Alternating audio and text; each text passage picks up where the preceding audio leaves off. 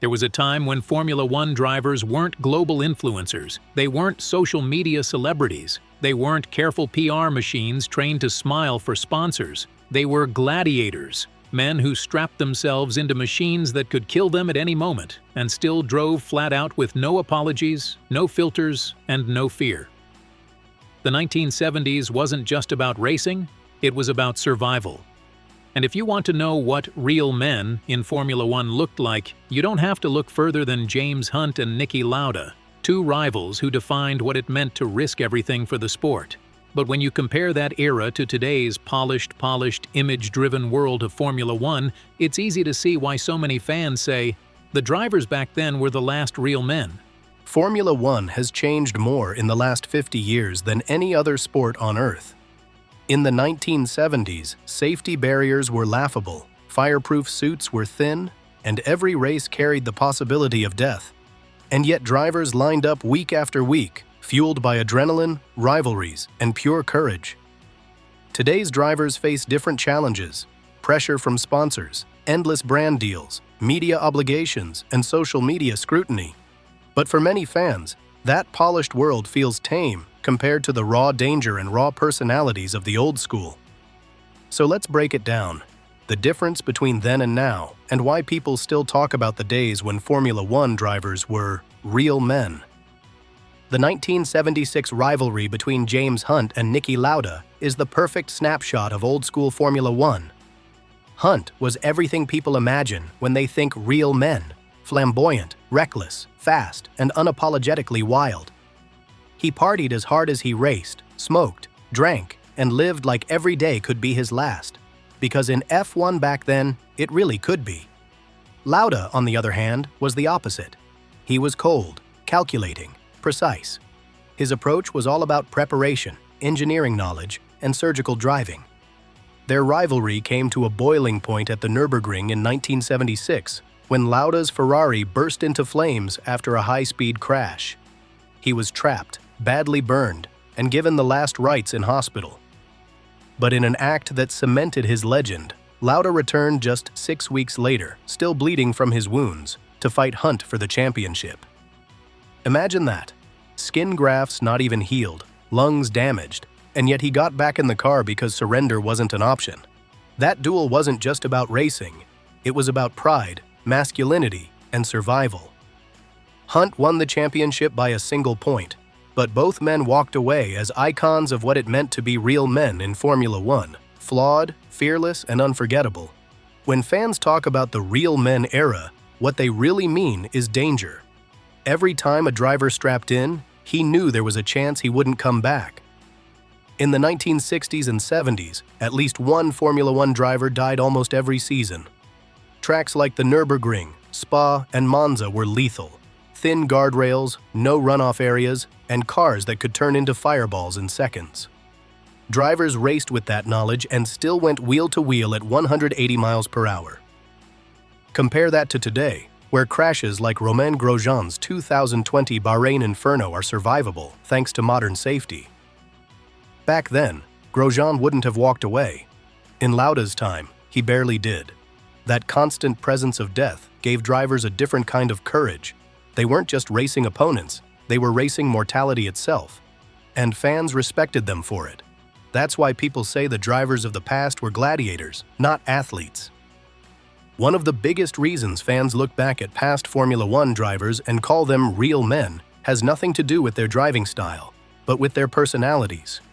These men didn't live in a world where every word was weighed against a sponsor's demands, every post curated for social media algorithms, or every action polished into a brand campaign.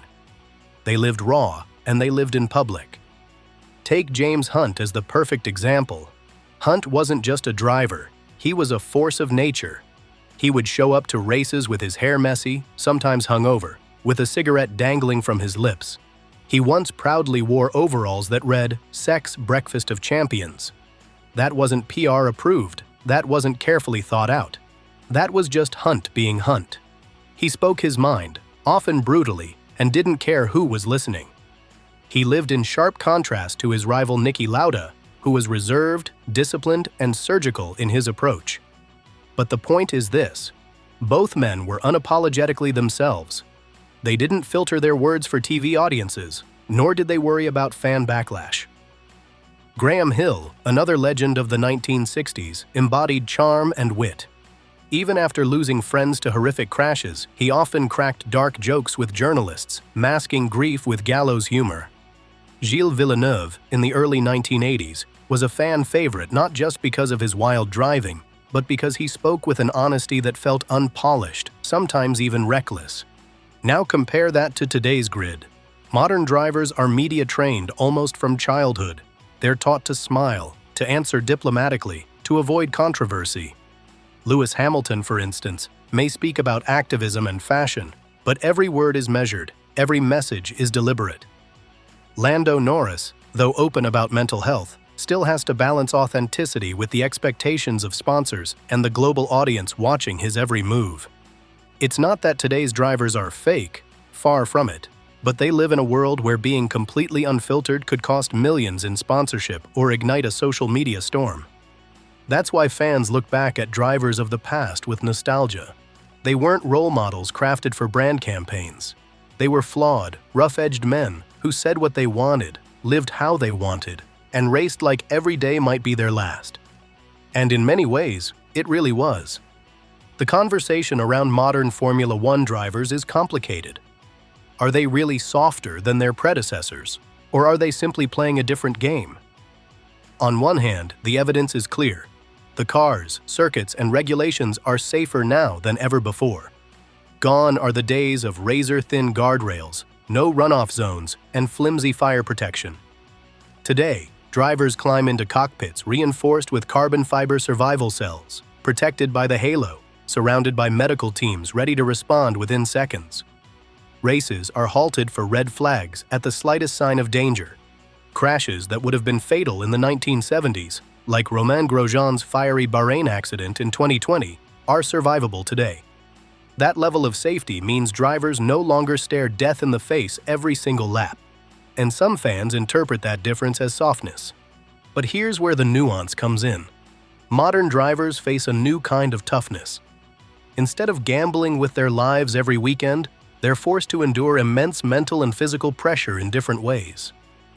The precision required to manage hybrid power units, ERS deployment, tire temperatures, fuel flow, and ever-changing race strategies is staggering. They're essentially fighter pilots in cars that are as much computers as they are machines. Physically, the G-forces of modern F1 cars demand extraordinary fitness.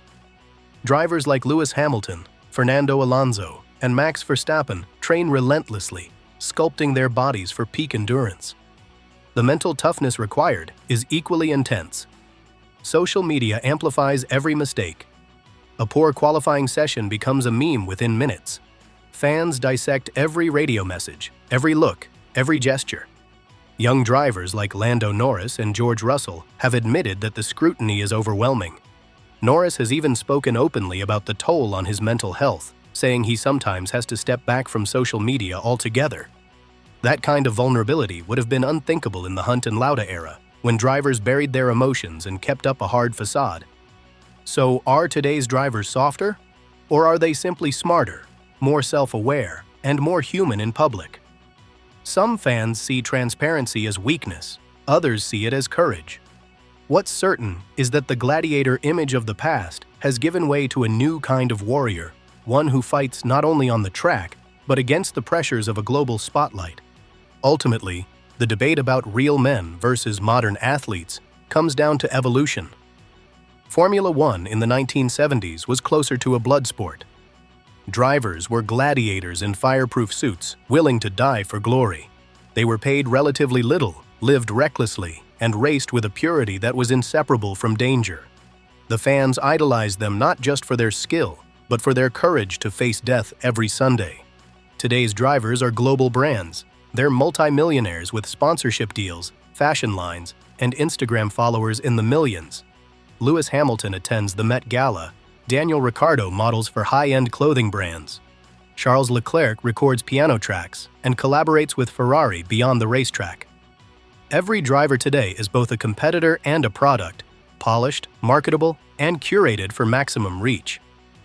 This transformation isn't just about the drivers, it's about Formula One itself. The sport has evolved from dangerous spectacle to polished entertainment empire. Bernie Ecclestone built the commercial machine. Liberty Media turned it into a Netflix-powered pop culture phenomenon. With that shift came expectations. Drivers had to be polished, controlled, and globally appealing. They had to represent not just themselves, but billion-dollar brands. The gladiator spirit hasn't disappeared entirely.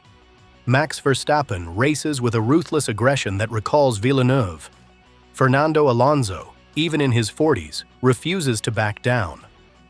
But the culture is different.